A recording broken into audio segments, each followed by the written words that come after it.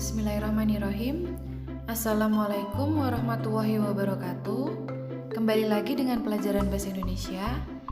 Kita nanti akan membahas ide pokok yang sudah kalian kerjakan kemarin. Kemudian kita juga akan belajar bagaimana menyusun ide pokok tersebut menjadi paragraf yang baik. Kita review sebentar ya anak-anak. Apakah kalimat utama dan ide pokok itu sama? Jawabannya tidak sama ya anak-anak. Kalimat utama dan ide pokok itu berbeda.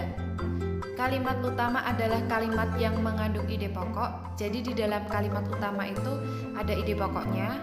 Dan biasanya kalimat utama itu satu kalimat penuh sampai titik tanpa diringkas.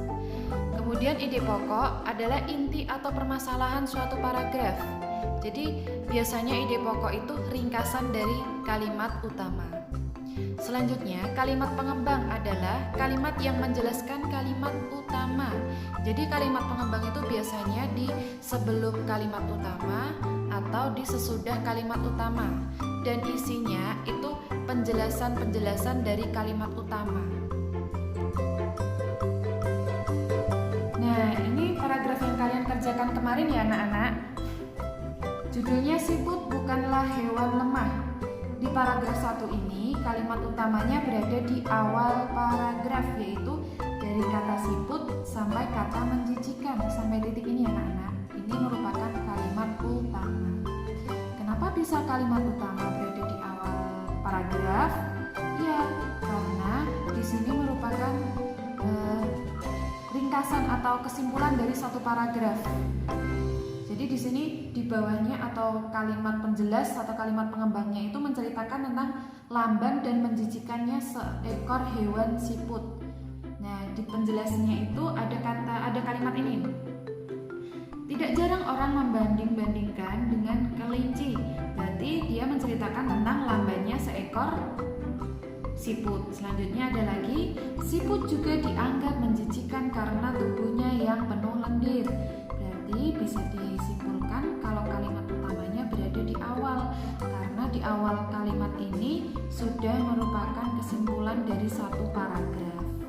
Nah, setelah menemukan kalimat utama, kita tentukan ide pokok. Tentu saja ide pokok dan kalimat utama itu berbeda ya anak-anak. Nah, caranya gimana? Caranya dilihat dulu kalimat utamanya, kira-kira sudah jelas atau belum kalimat utamanya. Kalau kalimat utamanya belum jelas, bisa kita perjelas dengan cara meringkasnya. Nah, tentu saja meringkas itu harus dilihat ya anak-anak, kata yang harus dibuang itu yang mana, seperti itu. Jadi kata yang harus kalian buang itu kata yang menurut kalian tidak penting. Contohnya ini ya anak-anak, ini udah Ustazah buang beberapa kata di kalimat utama, yaitu kata menurut. Sebagian orang dianggap sebagai Ustazah tidak penting, maka Ustazah coret, kemudian dapat menentukan ide pokok, yaitu siput hewan yang lamban dan menjijikan. Jadi ide pokoknya itu ringkasan dari kalimat utama, seperti itu ya. Di paragraf kedua, kalimat utamanya berada di awal paragraf, yaitu dari kata sebenarnya sampai kata keistimewaan. Jadi satu kalimat penuh ini merupakan kalimat utama. Kenapa kalimat utama berada di awal paragraf ini?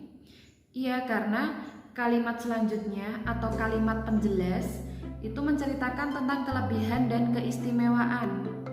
Di sini bisa dilihat kalimat atau awal paragraf ini sudah ada kata kelebihan dan keistimewaan yang merupakan kesimpulan dari satu paragraf ini. Nah, setelah kita menemukan kalimat utamanya, kita tentukan ide pokok. Tentu saja harus kita lihat dulu kalimat utamanya. Kalimat utamanya sudah jelas apa belum ya? Nah, kalau sudah jelas berarti tidak perlu disingkat lagi atau diringkas. Tapi kalau belum jelas, maka kita harus meringkas kalimat utama tersebut menjadi ide pokok yang baik. Nah, di sini Ustazah bisa dilihat ya. Ustazah membuang satu kata, yaitu kata sebenarnya.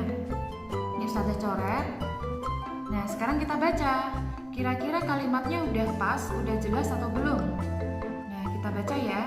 Siput memiliki kelebihan dan keistimewaan. Nah, di sini sudah jelas ya. Nanti tidak perlu ada kata sebenarnya. Seperti itu. Nah, di sini Ustazah buatnya 2 ide pokok. Yang satu, siput memiliki kelebihan dan keistimewaan. Yang satu, kelebihan dan keistimewaan siput. Nah, yang kedua ini Ustazah temukan dengan cara menyimpulkan paragraf kedua ini. Jadi Ustazah simpulkan caranya. Kita lihat kata-kata yang sering keluar. Nah, di sini kan bisa dilihat yang sering keluar itu kata kelebihan, nih kelebihan, dan keistimewaan. Nih sering keluar ya. Berarti dapat ditemukan ide pokoknya. Ustazah ringkas jadi kelebihan dan keistimewaan siput. Gitu. Di paragraf ketiga, kalimat utamanya berada di awal paragraf, yaitu dari kata siput sampai kata daun-daunan titik. Jadi satu kalimat penuh ini merupakan kalimat utama. Kenapa kalimat utamanya berada di awal paragraf? Iya, karena kalimat berikutnya atau kalimat penjelasnya ini menceritakan siput hewan yang berjasa dalam penguraian serpihan daun-daunan. Jadi kesimpulan dari satu paragraf itu berada di awal paragraf. Maka dapat ditentukan kalimat utama dalam satu paragraf ini yaitu siput merupakan hewan yang berjasa dalam penguraian serpihan daun-daunan.